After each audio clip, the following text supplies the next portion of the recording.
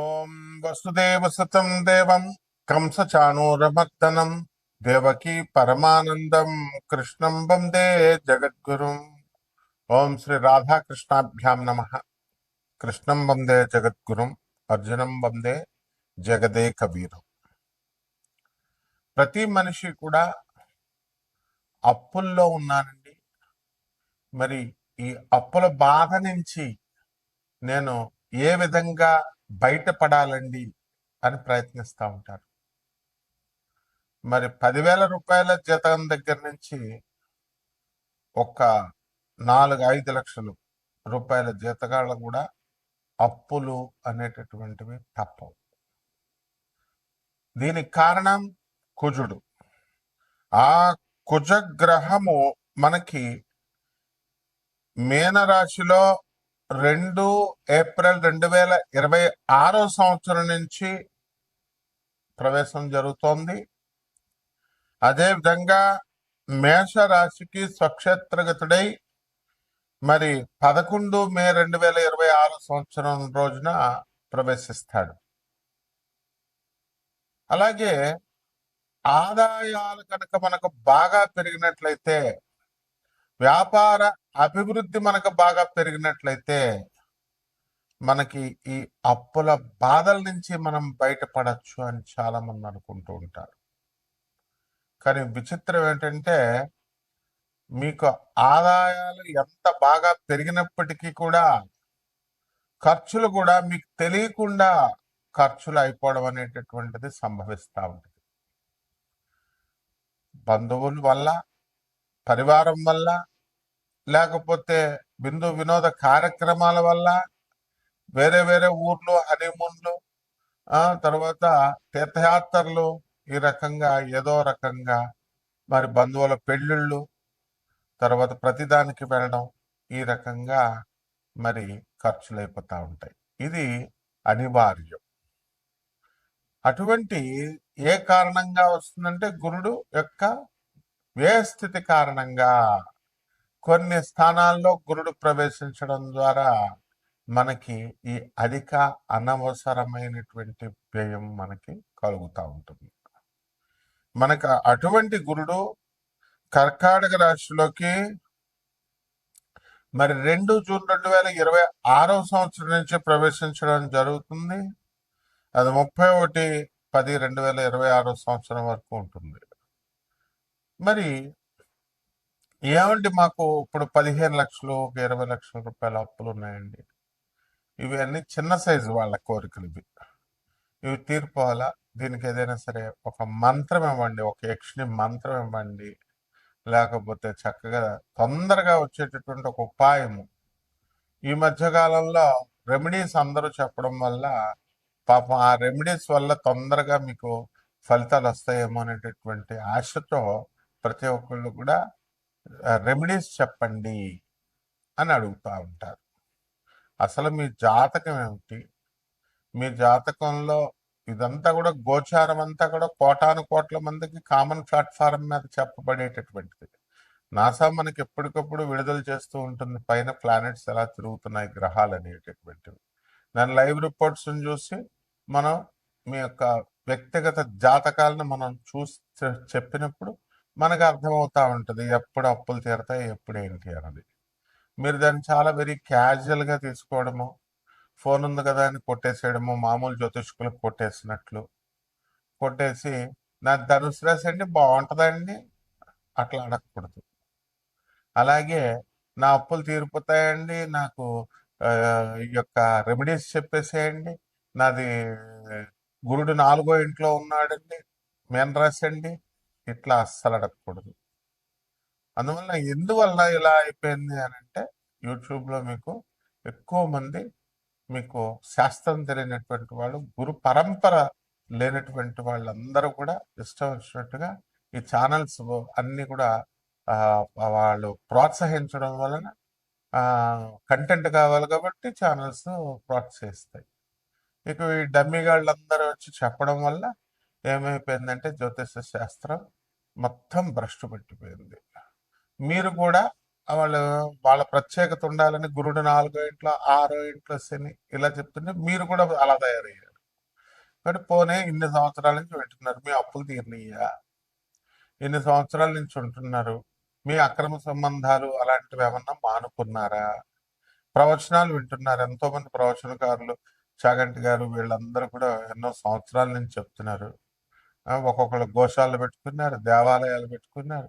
వాళ్ళకి అబ్బాయి గురువుగారులు అండి డొనేషన్లు ఇవ్వాలండి, ఇస్కాన్ వాళ్ళండి, వాళ్ళు ప్రతి తిథికి కూడా నరసింహస్వామి బర్త్డే ఈరోజు డబ్బులు వేసేయండి, అన్నదానం చేస్తాం, ఈ రకంగా తయారైపోయినాయి మొత్తం అన్ని సంస్థలు కూడా. మరి దానివల్ల ఆధ్యాత్మికత భ్రష్టత్వం అయిపోయింది. కాబట్టి నిజమైనటువంటి ఆది గురువు అయినటువంటి పరమేశ్వరుడు మరి చక్కగా ఆయన సిద్ధాంతాన్ని, ఆయన ఐడియాలజీని with no deviations Lord Krishna చెప్పారు.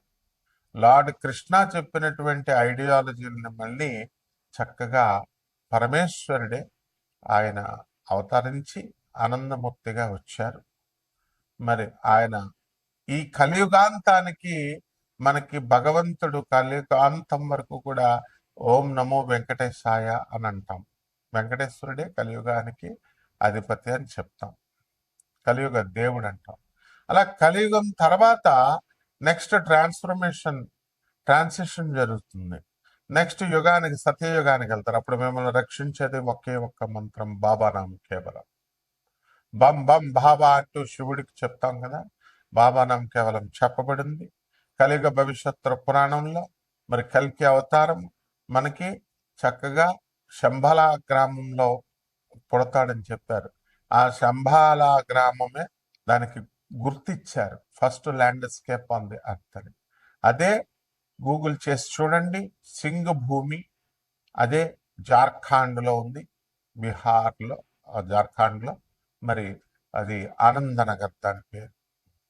మరి అక్కడ తపస్సు చేసినటువంటి వాళ్ళు, మరి అక్కడ ఎప్పుడు కూడా ధర్మ మహా సమ్మేళనాలు జరుగుతూ ఉంటాయి. దానికి ఆ యొక్క మంత్ర జపము, చాంటింగ్ జరుగుతూ ఉంటుంది, బాబానామం కేవలం కీర్తన జరుగుతూ ఉంటుంది. ఇవన్నీ కూడా మీరు తెలుసుకోవాలి సీరియస్గా. ఎందుకంటే లార్డ్ కృష్ణ మధురలో పుట్టాడు, దట్స్ ఆల్. గోకులంలో పెరిగాడు. రాముడు అయోధ్యలో పుట్టాడు, అయోధ్యలో పెరిగాడు, అంతే. దానికి రామాయణం మైథాలజీ ఇది కల్పితము, కావ్యము, ఊహాజనితము. శంభాల గ్రామము హిమాలయ పర్వతాల అవతల ఉంటుంది, అది ఎవరు వెళ్ళలేరు, ఊహకు అందదు. ఇలాంటి పిచ్చి పిచ్చి ప్రేలాపనలు చెప్పకూడదు. మీకు తెలియనప్పుడు నోరు మూసుకొని ఉండాలి, ప్రవచనకారులైనా స్వామీజీలైనా. అది తెలియనప్పుడు గూగుల్ జియోలాజికల్ ఎవిడెన్సెస్ ఉన్నాయని చెప్తోంది. ఎన్జిఆర్ఐ ఇచ్చింది certification, geological survey of India. గూగుల్లో చూడండి సింగ్ భూమి అని. Then how dare you are saying that Shambhala అనేటటువంటిది అక్కడెక్కడో హిమాలయ పర్వతాల అవతల ఉంటుందని చెప్తారు. అది ఊహాజనితం అని చెప్తారు. కలియుగ భవిష్యత్తులో పురాణాలన్నీ ఊహాజనితాల, బ్రాహ్మణులు రాశారంటారు ఒకడు, వేదాలన్నీ కూడా 4 శ్లోకాలు చెప్పేసి ఇవన్నీ కూడా ఆవిర్భవించేసి శివుని యొక్క గంట ఢమరక నాదం నుంచి వచ్చినాయి అని చెప్పేటటువంటి వాళ్ళంతా ఎందుకు?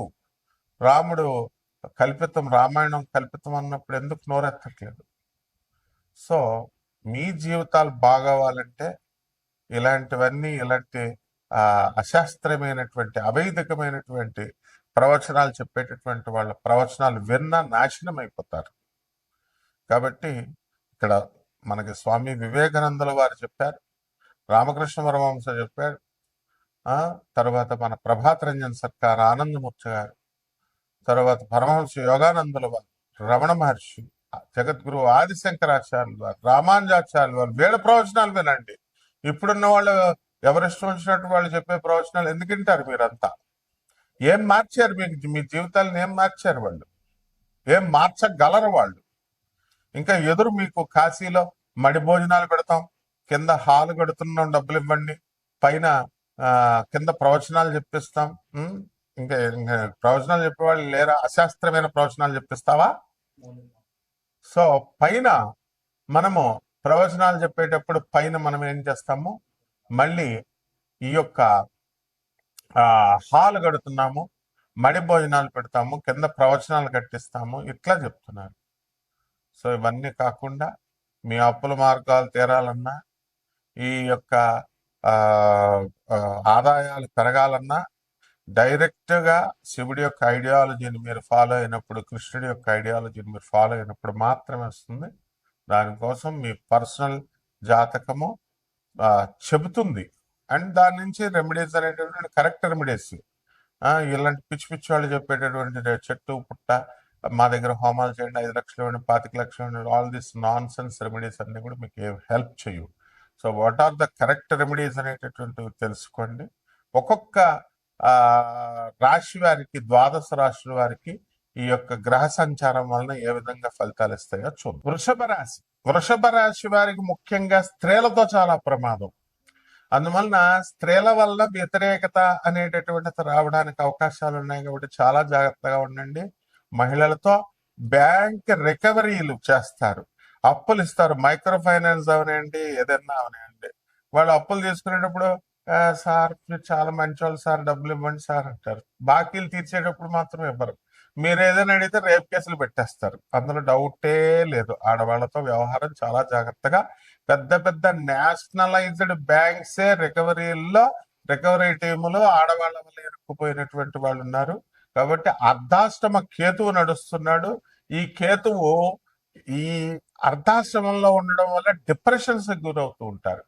సో అందువలన మనము అనవసరమైనటువంటి వ్యక్తులతో, ముఖ్యంగా ఆడవాళ్లతో ఫోన్ ఉంది కదా అని గంటల గంటలు కనుక మాట్లాడినట్లయితే ఏదో ఒక రోజున వాళ్ళు హ్యాండ్ ఇచ్చేస్తారు. స్టూడెంట్స్ ఎంతో మందిని చూడండి మీరు, the most intelligent students in IITs, in medical colleges, వాళ్ళంతా పిచ్చోళ్ళు అయిపోయి చాలా మంది సొసైడ్ చేసేసుకోవడానికి కారణం ప్రేమ పేరుతో కామం ముసుగులో ఉన్నటువంటి ప్రేమ. కాబట్టి అక్కడ ఏమవుతుందండి, how dare you compare the word love with your lust, అది రాధాకృష్ణకు మాత్రమే ఉంటుంది. కాబట్టి స్టూడెంట్స్ ఆడదే ఏం చేస్తాడు, ప్రేమిస్తున్నానంటే లాస్ట్ మూమెంట్ లో హ్యాండ్ ఇచ్చేస్తుంది. మా డాడీ వేరే వాళ్ళు చూసుకున్నాడు, నేను చేసేసుకుంటున్నాను అంతే. వీడికి అమ్మాయి పోయా, బాటిల్ మిగిలే. సో ఈ విధంగా జీవితాలు నరకం చేసుకోవద్దు. ఈ వృషభ రాశి వారికి ఖచ్చితంగా మనకి ఆదాయాలు పెరుగుతాయి. స్టూడెంట్స్ ఒళ్ళు దగ్గర పెట్టుకొని చదవండి. ఈ ఫేక్ జ్యోతిష్కులు చెప్పేటటువంటి నీకు కోట్లు వచ్చేస్తాయి, లక్షలు వచ్చేస్తాయి, బిల్డింగ్లు కట్టేస్తావు, all these are nonsense. Be very practical. ఆ విధంగా ఉన్నప్పుడు మాత్రమే నువ్వు విజయం సాధిస్తావు. అలాగే రైతుల దగ్గరికి వచ్చేసరికి రైతుల పరిస్థితి బాగుంటుంది. అండ్ కమర్షియల్ క్రాప్స్ వేయాలి మీరు. ఎప్పుడు వరి వేస్తే భూమి సారత్వం ఉండద్దా? And is it not your responsibility to consult the agricultural officers? చదువుకున్నటువంటి అగ్రికల్చరల్ ఆఫీసర్ గా అగ్రికల్చరల్ స్టూడెంట్స్ దగ్గరికి వెళ్ళి వాళ్ళు ఏం చెప్పారో అది మీరు వినాలి, అంతేకాని మీరు సొంతంగా వేసేయడం కాదు.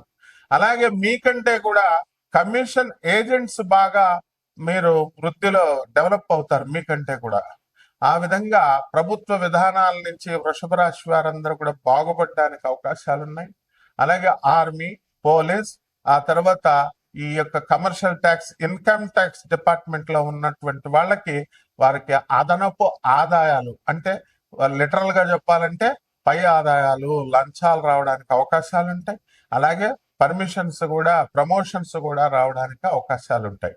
సో ఈ విధంగా ఎవరైతే నిజాయితీగా మీరు వర్క్ చేస్తారో అటువంటి వాళ్ళకు మాత్రమే ప్రమోషన్స్ వస్తాయి.